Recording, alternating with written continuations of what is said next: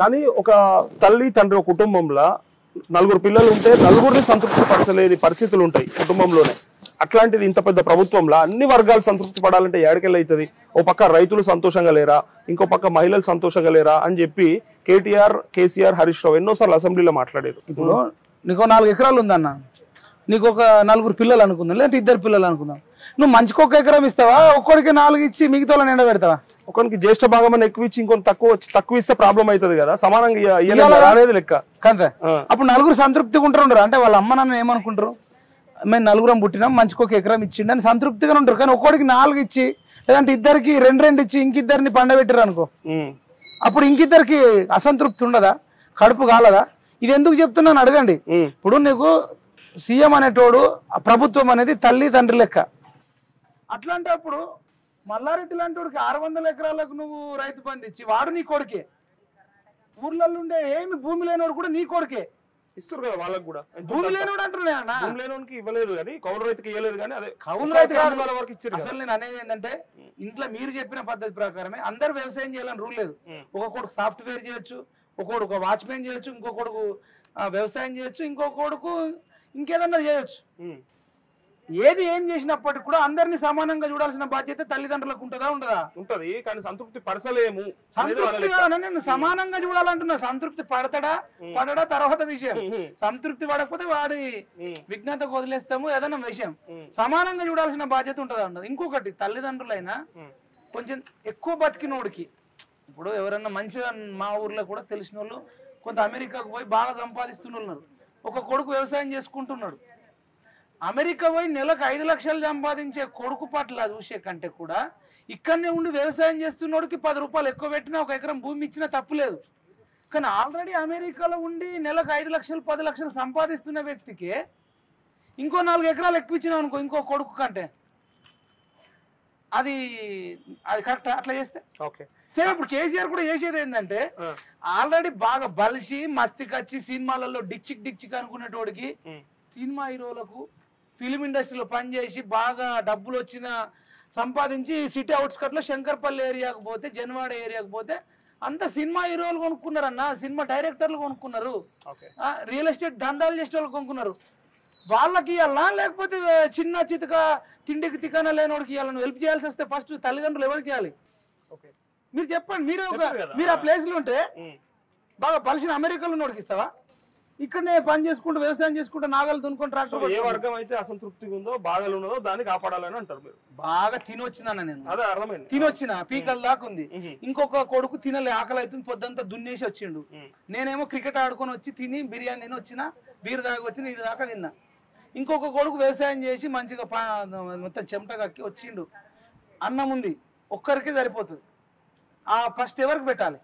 ఆకలి మీద పెట్టాలి. ఇది అట్లా లేదు, పీకల దాకున్నోడికి ఇంకా కుక్కి వాడు వామిటింగ్ అయ్యేటట్టు చేస్తున్నా. మల్లారెడ్డికి ఎందుకు, ఎమ్మెల్యేలకు ఎందుకు, మంత్రులకు ఎందుకు? కేసీరావు ఆయనకి స్వయంగా ముఖ్యమంత్రికి 300 ఎకరాల ఎర్రవల్లిలో ఫామ్ హౌస్ ఉంది, అవసరం ఆయనకి ఇచ్చుడు? హరీష్ రావుకి ఏం తక్కువైంది, బిచ్చం ఎత్తుకుంటుండా? ఆయనకు రైతు బంధు ఇవ్వాలా? కేటీఆర్ అడక తింటుండా? కవితకి 20 లక్షల వాచున్నామేకు నువ్వు రైతు బంధు ఇస్తావా? బూర్జు ఖలీఫాలో ఫ్లాట్ కొనుక్కున్న ఆమెకి ఇస్తావా? బంజారా హిల్స్, జూబ్లీ హిల్స్ లో, నంది హిల్స్ లో 2000 గజాలు ఉంది. 2000 గజాలు, గజం 10 లక్షలు ఉంది. అంటే దాదాపు 200 కోట్ల ఆస్తి పర్రాలకు నువ్వు రైతు బంధిస్తావా? ఆయన భర్తకి ఇస్తావా? అంటే ఏమైంది? ఇది అంత దొంగలు వంచుకుంటున్నా. ఇంతకంటే డేంజర్ క్యాండిడేట్ భూమి మీద ఉన్నాడని చెప్తున్నా. ఓకే, సో పాలిచ్చే ఆవునికి గడ్డయ్యకుండా ఇప్పుడు ఈడ్చితాన్ని దున్నపోతుని తెచ్చుకున్నారు అని చెప్పి డైరెక్ట్ గా సోషల్ మీడియాలో వస్తున్నాయి వార్తలు. సో దాన్ని ఎట్లా చూస్తారు మరి మీరు? అదే అన్న, బాగా బలిసి మస్తికొచ్చి తినమరిగిన దున్నపోతు పెట్టింది అది. అంతేనా? దున్నపోతు మస్తికొచ్చి, ఇప్పుడు ఐరావతము లేక చెరుకు తోటలో ఏనుగు పడ్డట్టు మన ఊర్లలో ఒక దున్నపోతు ఉంటది, అన్ని బర్రెలకు కలిసి దున్నపోతు ఉంటది. ఆ దున్నపోతు అంటే ఏడ పడితే ఆడ మేస్తుంది. ఆ దున్నపోతును కట్టేసినాం. కట్టేసిన తర్వాత ఆ దున్నపోతు పోస్ట్ పెడుతుంది. అంతేనా? ఆ పెట్టిన దున్నపోతే పెట్టింది అంటే నా పోస్ట్ పెట్టింది, ఆవు కాదు. ఆవు అయితే ఎందుకు ఓడిస్తారన్నా? ఓకే, ఇక్కడ వరకు సరే, ఆ ప్రభుత్వం బాగాలేదు కాబట్టి, కేసీఆర్ ఇచ్చిన హామీలు నెరవేర్చలేదు కాబట్టి అందరం కలిసి ఓడగొట్టినాం అనే పరిస్థితికి వచ్చేసింది లెక్కకైతే. అంటే తెలంగాణ సమాజం అంతా ఒకటై కేసీఆర్ అనుకూల వ్యక్తులు, కేసీఆర్ వ్యతిరేక వ్యక్తులు శక్తులు అయిపోయినాయి, అవన్నీ శక్తులైతే ఓడగొట్టింది. సో మైపాల్ యాదవ్ ముందరుండి నిరుద్యోగులు అందరి తరఫున కొట్లాడుతూ ఉన్నాడు. రేపు మీరు కోరుకున్న ప్రభుత్వం వచ్చింది కాబట్టి మరి ఏంది దాని ప్రణాళిక ఉందా? దానికి ఏమన్నా చట్టబద్ధత అవుతుందా కాదా? ఉద్యోగాలు పడతాయా పడాయా? పడకపోతే మళ్ళీ ఇదేనా మన బతుకులు అంటే ఏం చెప్తారు? అదే అన్న, ఇప్పుడు నేను ఒకటే చెప్తున్నా, ప్రభుత్వంలోకి వచ్చిన తర్వాత అహంకారం వస్తుంది ఎవరికైనా. సీటు చూడంగా ప్రతిపక్షంలో ఉన్నప్పుడు ఆ జబ్బ మీద చేతేస్తాడు, మనతో కింద కూర్చుంటాడు, ఆ ప్లేట్లో మనతో పాటు అన్నం తింటాడు, దళితుల ఇంట్లో అన్నం కూర్చుని అంటాడు, నిరుద్యోగులతో కలిసి భోజనం చేసిన అంటారు. ఒక్కసారి అధికారంకి వచ్చిన తర్వాత 360 degrees చేంజ్ అయిపోతారు.